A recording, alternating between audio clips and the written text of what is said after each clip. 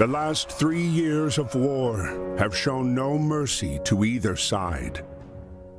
The bitter fighting continues across Europe over land, sea, and air, leaving behind mountains of casualties and many more broken souls. The United States till now had remained neutral, but the mounting economic pressure and the return of Germany to unrestricted submarine warfare finally awakes the sleeping giant. On April 6, 1917, the United States declares war on Germany. Within months of the declaration, the U.S. Army launched the first universal draft. And despite enduring segregation in their own country, over 360,000 African Americans enlist, eager to show their patriotism in hopes of returning home as heroes. James is one of these men.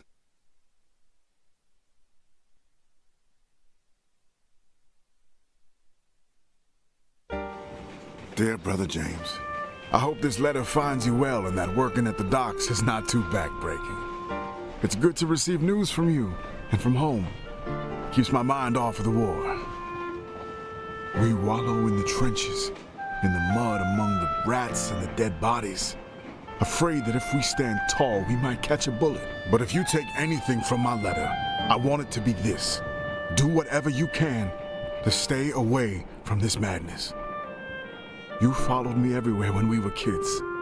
But please, don't follow me here, James. There is nothing here but misery and death. Be safe and stay home. Freddie.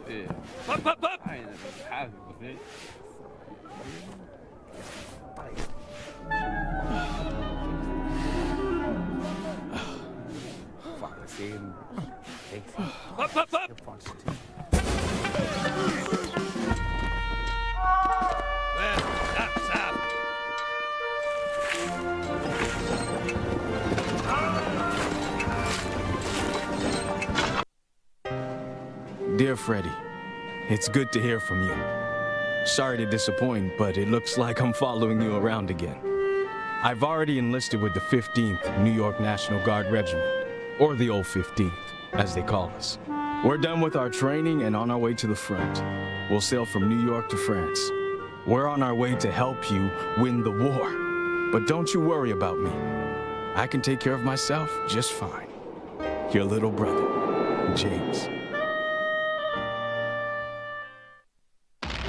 April 9th, 1917, Vimy Ridge.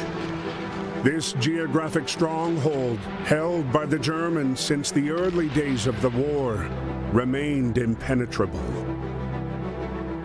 In the latest attempt to break through the German defenses, ground forces were ordered to team up with the British Royal Flying Corps.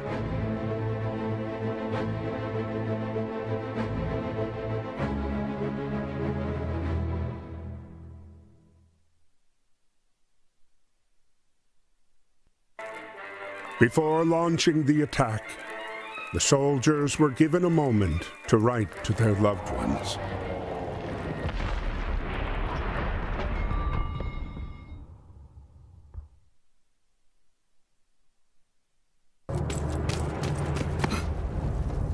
Aim.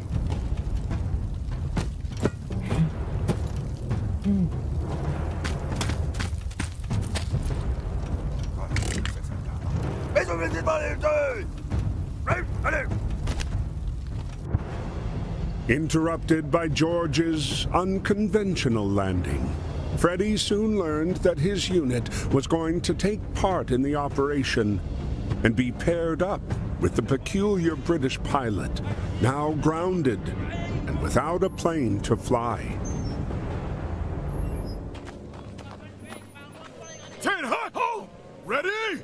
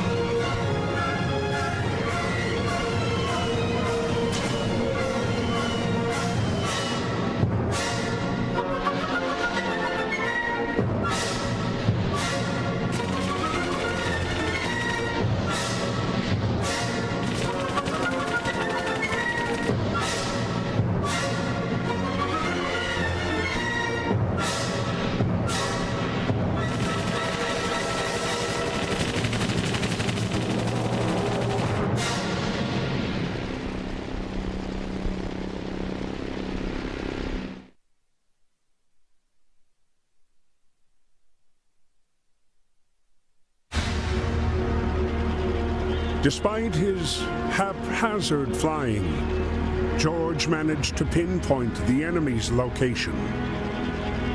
He relayed the information to Freddy, who then launched the strike on the enemy cannons. But despite the triumph of reclaiming Vimy Ridge after 3 long years, their victory was marred by the dead bodies strewn across the hillside.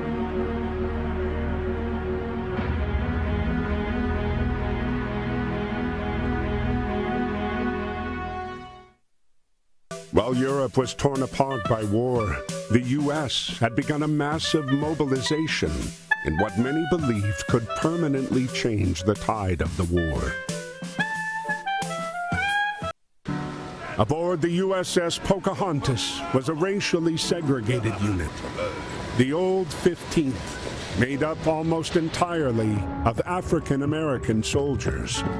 These men were sailing to Europe, ready to put their lives on the line, to prove their love for a country that didn't always love them back. Dear Freddy, we're on our way to France. This is our first night at sea. But don't worry, me and the boys are ready. Speaking of the fellas, I lucked out and I'm getting on good with a fine bunch of them. There's Fidgety Lang Edwards, who never puts down his drumsticks. Jack Harris, our medic from Chicago. Joey Brass is from Harlem and plays a mean banjo. And Chef Caldwell is always cooking up stuff for us. We just have to make sure to get served before B.B. Johnson. Great guy, but he can really put it away. Well, I gotta go now. Practice is about to start and there's no jazz band without a clarinet. Stay safe. We'll see each other soon. Your brother, James. As the Pocahontas continued to cross the Atlantic, their encounter with the German U-boat 155 brought them ever closer to the fight. Entering the battlegrounds of the war, their ship was spotted by Ernst.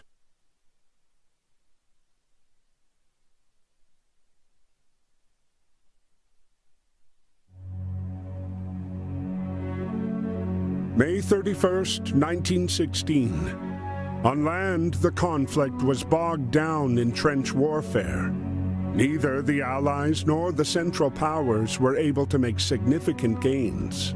At sea, Allied forces dominated Germany with a crippling blockade. Determined to stay away from the war, Ernst escaped to the solitude offered by the depths of the sea. It was here below the surface that he scavenged, hoping to eke out a living.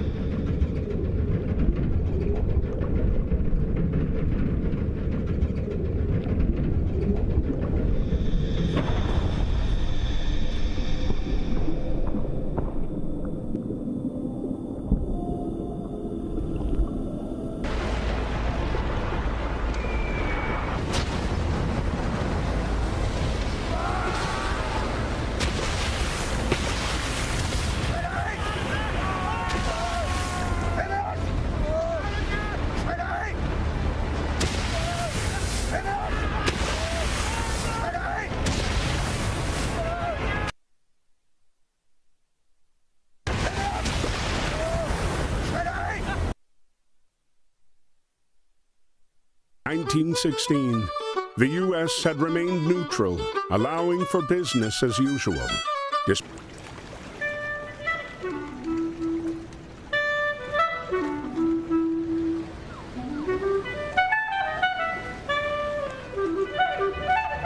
James, who was working the Baltimore docks at the time, was surprised to see the submarine pull into port. Weiter! Hey. Huh?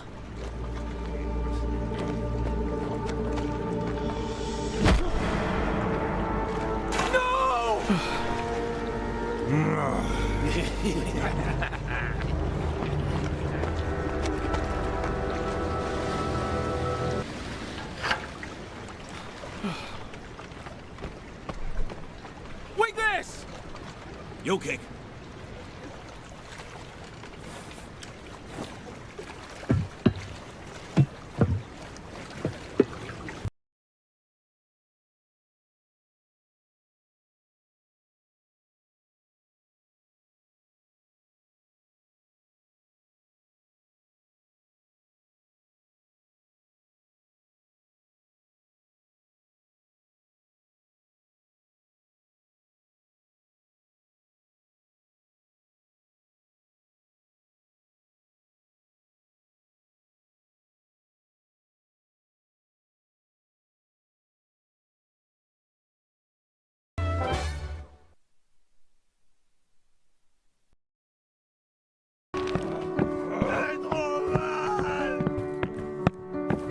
Ça va aller.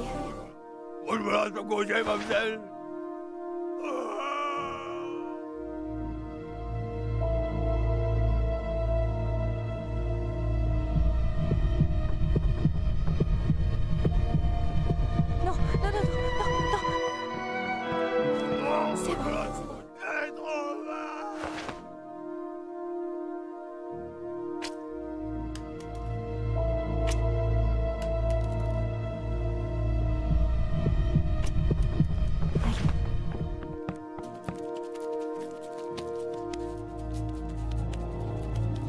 Va mieux.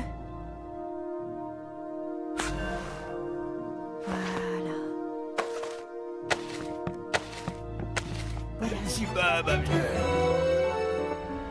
Sometimes Anna could heal the soldiers' ailments and put them on the path to recovery. Other times, it was a matter of alleviating their pain and merely postponing the inevitable. On this day, a rare ray of hope pierced the gloom of the hospital grounds. Finally, with the arrival of new medical equipment, technological progress would be used to help the wounded of war instead of producing them.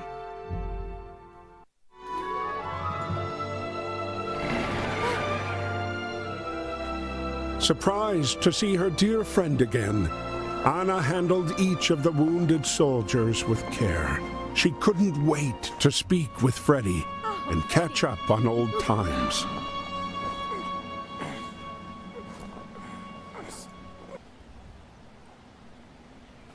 va aller.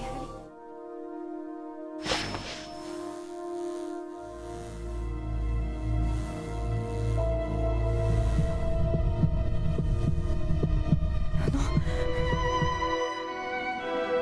C'est bon, c'est bon.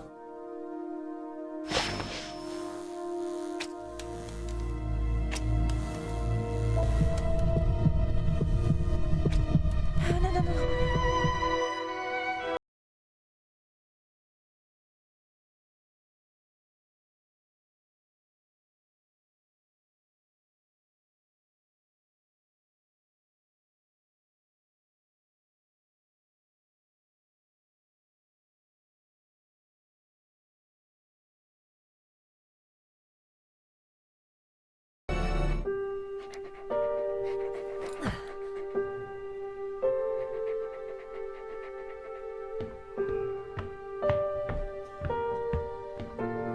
Reunited, Anna and Freddie both took solace in the bonds of friendship.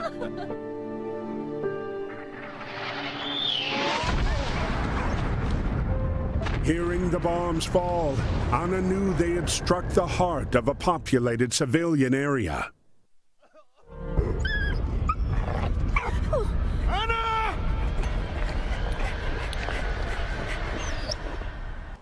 Always quick to act, she drove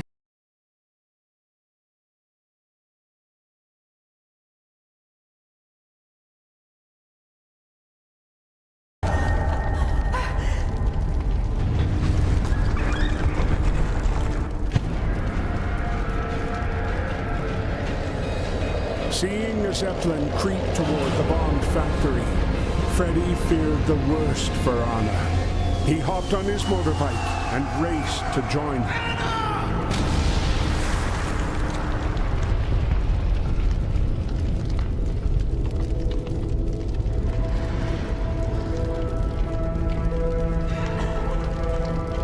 Freddie arrived just in time to see Anna emerging from the debris. She had once again put her life on the line to save others. December 27th, 1917, the Pocahontas arrived in Brest, France, to a celebratory welcome. Unknown to the Old 15th, the decision had already been made to use them only for combat service support. They were not to see battle.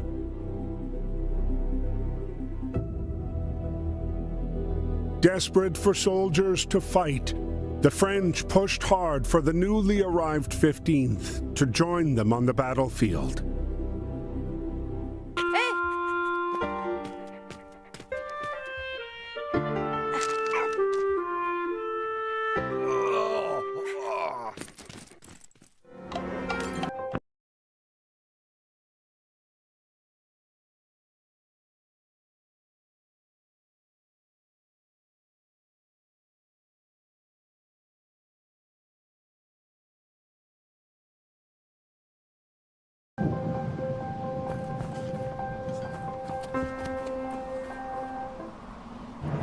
For James and Freddie, the long-awaited reunion was a powerful reminder that neither time nor distance can erode the extraordinary bond of brotherhood. The general mood among the 369th Infantry was one of camaraderie and shared purpose. Anna, joining them for a last meal before heading back to Vimy, was finding it particularly hard to say goodbye to Freddie. Montpellier, on recule. Allez, continue. Hey.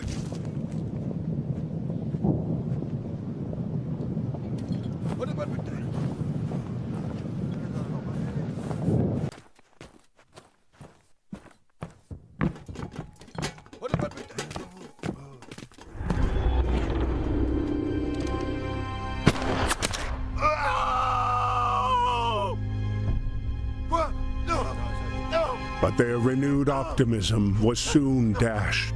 By nightfall, everyone in the 369th would be reminded of the perils this war had in store for them.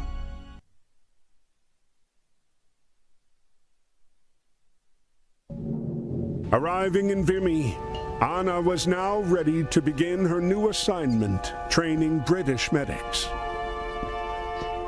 Meanwhile, George was developing photos taken during his reconnaissance missions. But tonight, the quiet peace of the dark room was broken by a barking Walt.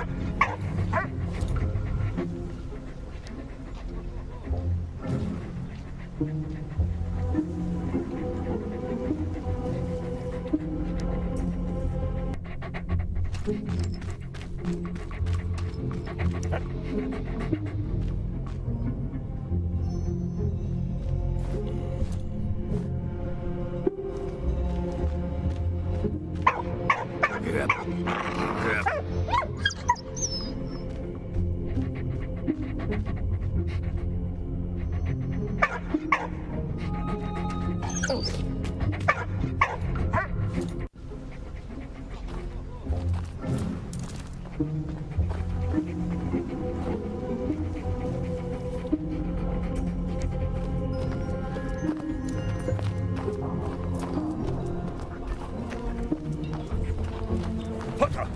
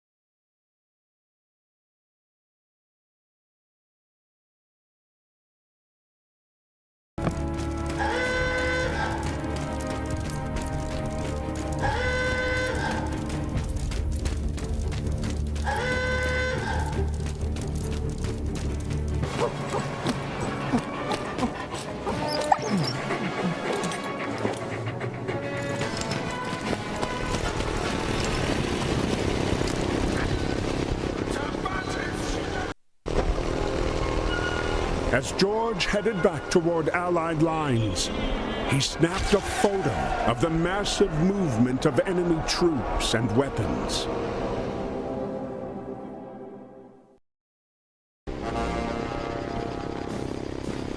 But he wasn't out of danger just yet. Seeing his German plane, Allied forces started opening fire.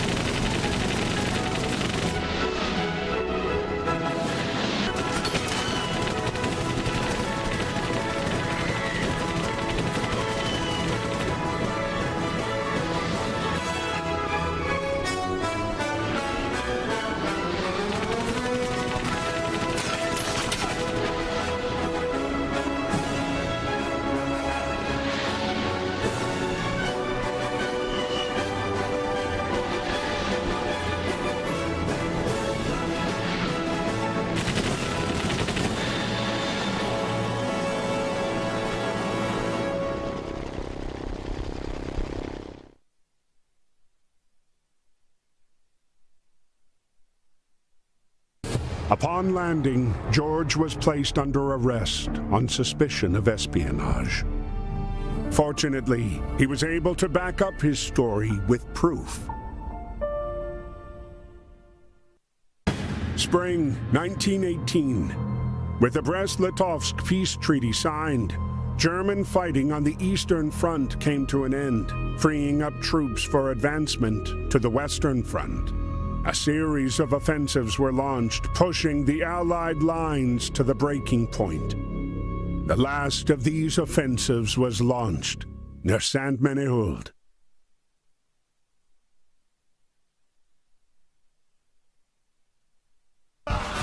For James and the 369th, the long-awaited opportunity to prove themselves had finally come.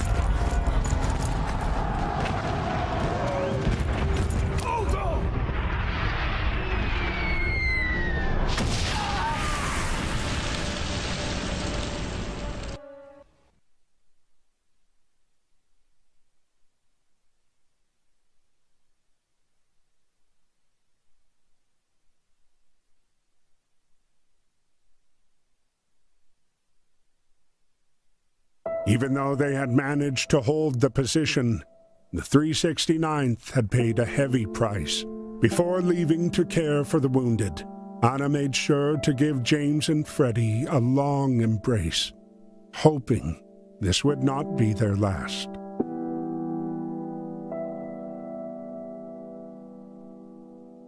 After a dreadful night fighting to stay alive, James and Freddie were blinded by the camera flash. Impressed by the troops' accomplishments, the American press gave them the nickname Harlem Hellfighters. Their brand of music was all the rage, earning them an invitation to perform in Paris.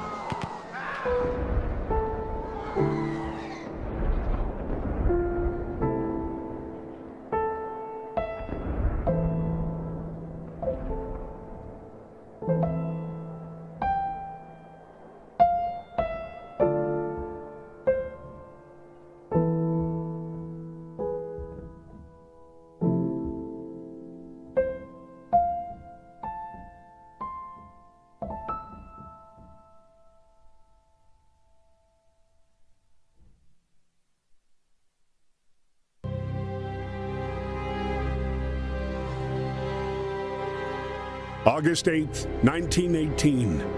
On land, Germany endured its darkest day of war.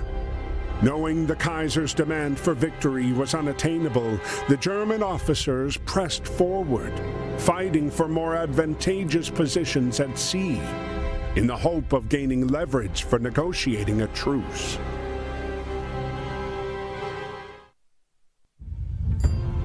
Following a series of revolts by their troops, German command ordered naval captains to tighten their grip on sailors and quash any stirrings of mutiny at sea.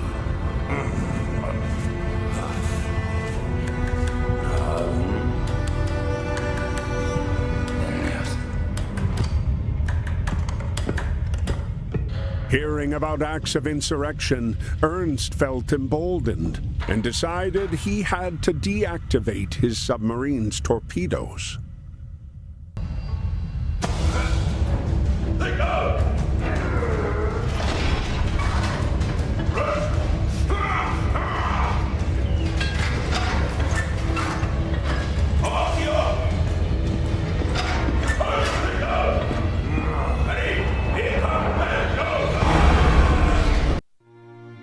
While Ernst was happy to be alive, he again found himself in the crossfire of war and his freedom taken away. Now a British POW, his only consolation was being able to play his fiddle once more. September 26, 1918. Determined to cut the German supply line, Allied forces launched the Meuse-Argonne offensive. For James and his fellow soldiers, this undertaking was bigger than any they had faced before.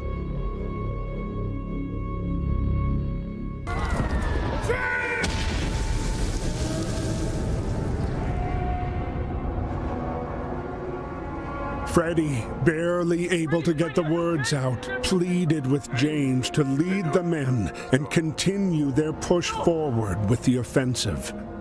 Reluctant to leave him behind, James complied.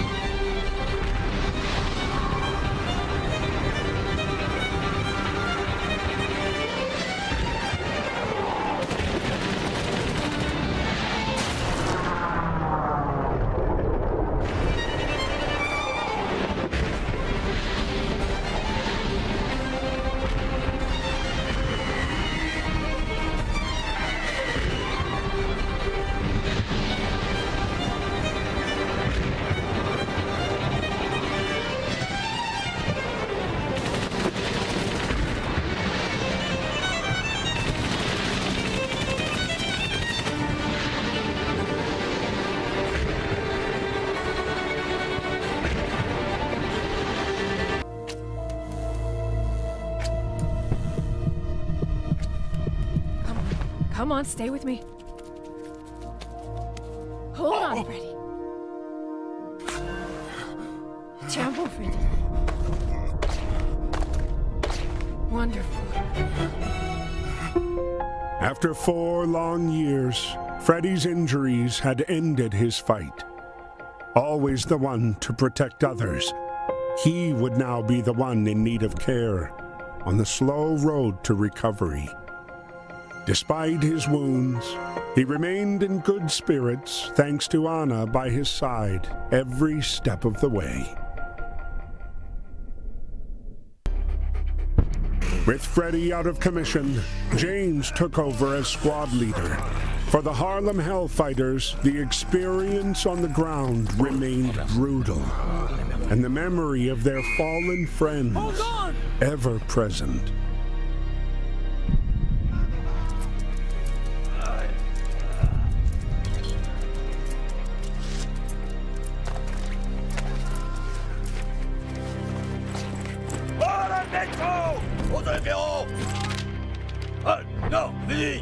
At that very moment, news of the truce being signed between the German and Allied forces made its way to the front.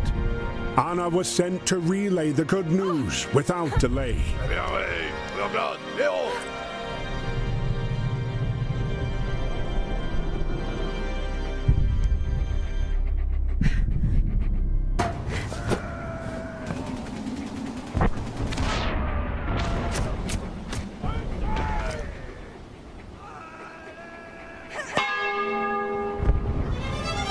Just like that, at the 11th hour, on the 11th day of the 11th month, the war suddenly stopped. Bells rang all over the country, spreading the good news. The war was finally over.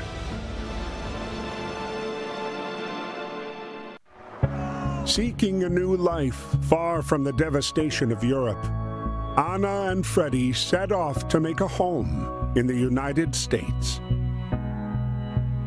Pending the outcome of the Treaty of Versailles, Ernst was still being held captive in France as a POW, forced to do hard labor. Thanks to George's flying and active valor, the RAF accepted him as one of their own.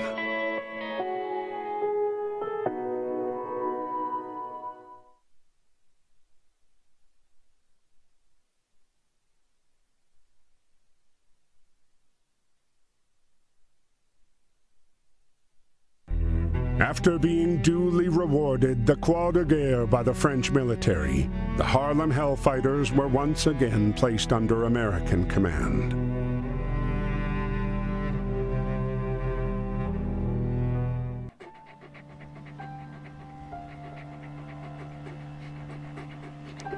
And while the Harlem Hellfighters prepared to return home, James and Lang Edwards volunteered to help the Service of Supply clean up the battlefield.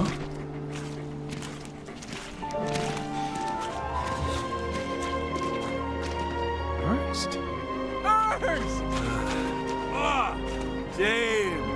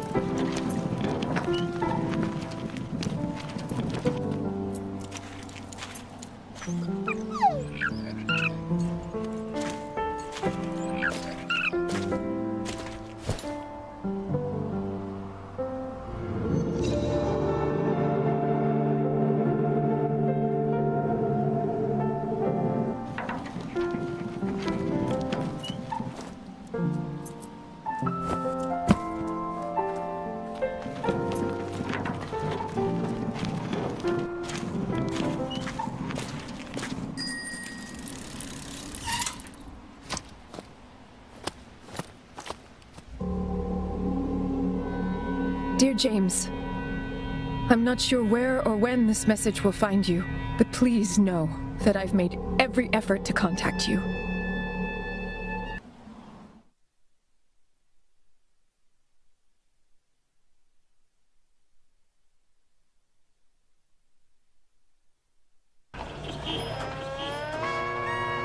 The day had started so well.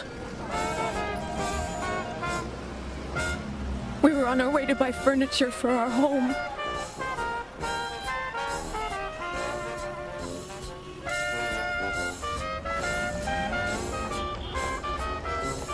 When some men told us we couldn't shop together.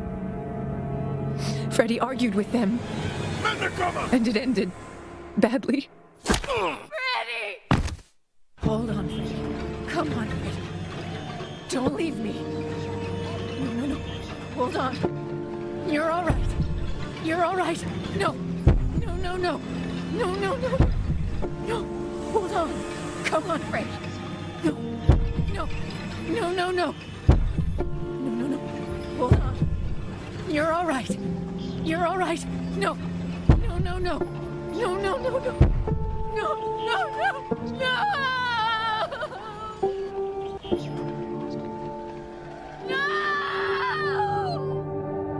I couldn't save him. No. Freddie! No! I'm including the letter he intended to mail you. I'm sorry to share this horrible news. Your friend, Anna. Dear James, I hope you're doing fine. I can't wait for you to come back home, and I bet you're feeling the same way. I'm sure you're keeping everyone in good cheer with those sweet melodies you play on your clarinet.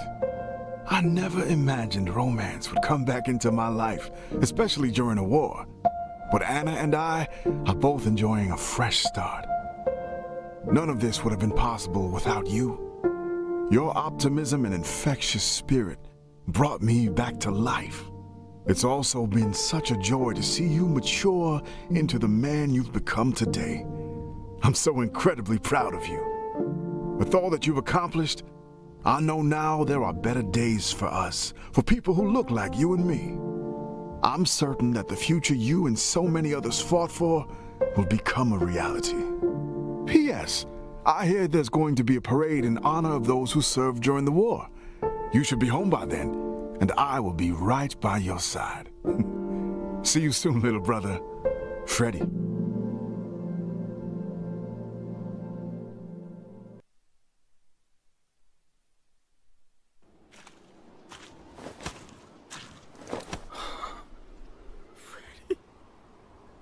Oh.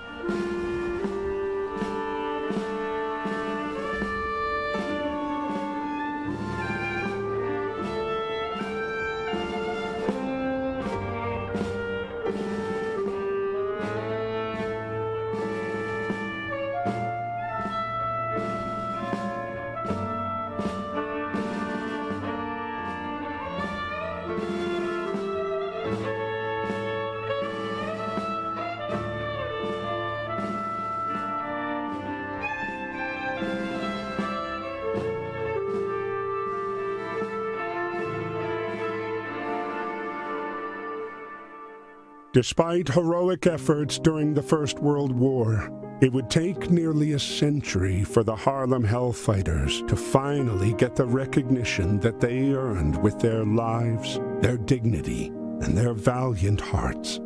And like so many other people dragged into this war on all sides, we should honor both the remembered and the forgotten, whose lives were indelibly altered, ruined, and far too often lost in the machinery and fate of the Great War.